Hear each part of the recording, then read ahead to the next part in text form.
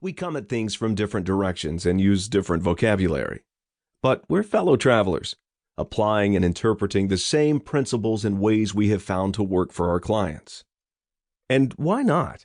We came of age together, discovering the hard way what works and what doesn't.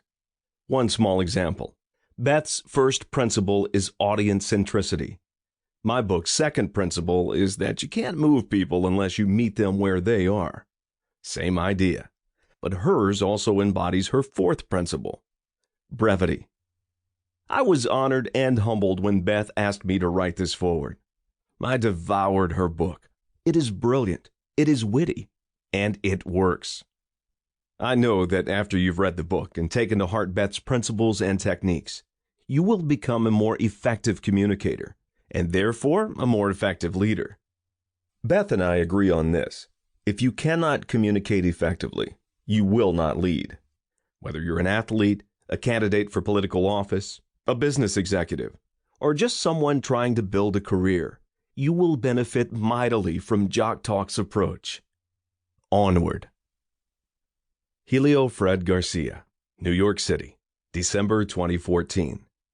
Helio Fred Garcia is Executive Director of Logos Institute for Crisis Management and Executive Leadership, and an Adjunct Associate Professor of Management and Communication at New York University. He is author of, among other books, The Power of Communication, Skills to Build Trust, Inspire Loyalty, and Lead Effectively. FT Press, 2012. Preface. Youth, they say, is wasted on the young, except perhaps when it comes to athletes.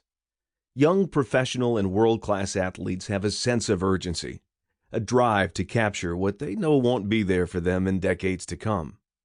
In their on- and off-field performances, young athletes are called on to employ judgment and behavior that is older and wiser than their years. Many rise to the occasion. Others don't. Nevertheless, their moments of genius and greatness come early, and there is much for the rest of us to learn from them. Youth was indeed wasted on me, as I was privy to little sparks of history in the making, without being fully aware of it at the time. When I flash back to the early 1980s and the start of my career, I now realize how close I was to people and events that were going to shape some of our 21st century realities. My first colleague was Barack Obama.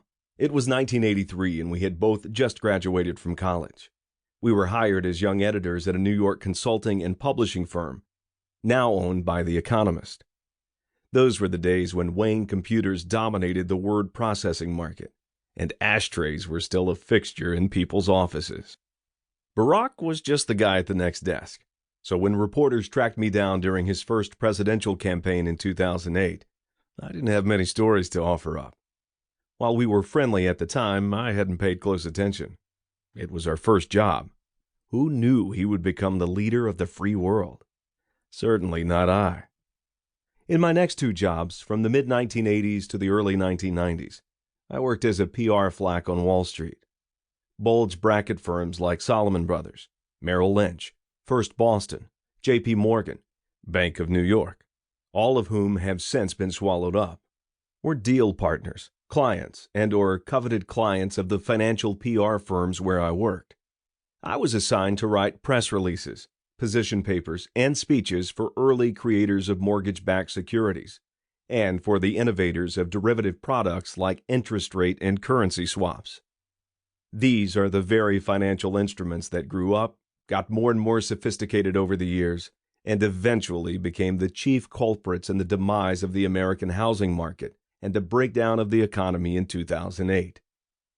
The people I wrote for at the time were some of the pioneers, brilliant visionaries of a new financial frontier, even though they spawned markets that most would argue spiraled out of control.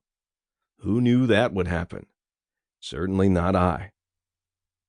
I went on to spin the communications for IPOs and for some of the earliest exchange-traded mutual funds, for hostile takeovers and for their allegedly more genteel cousins, mergers and acquisitions, all of which required some fancy footwork with shareholder communications.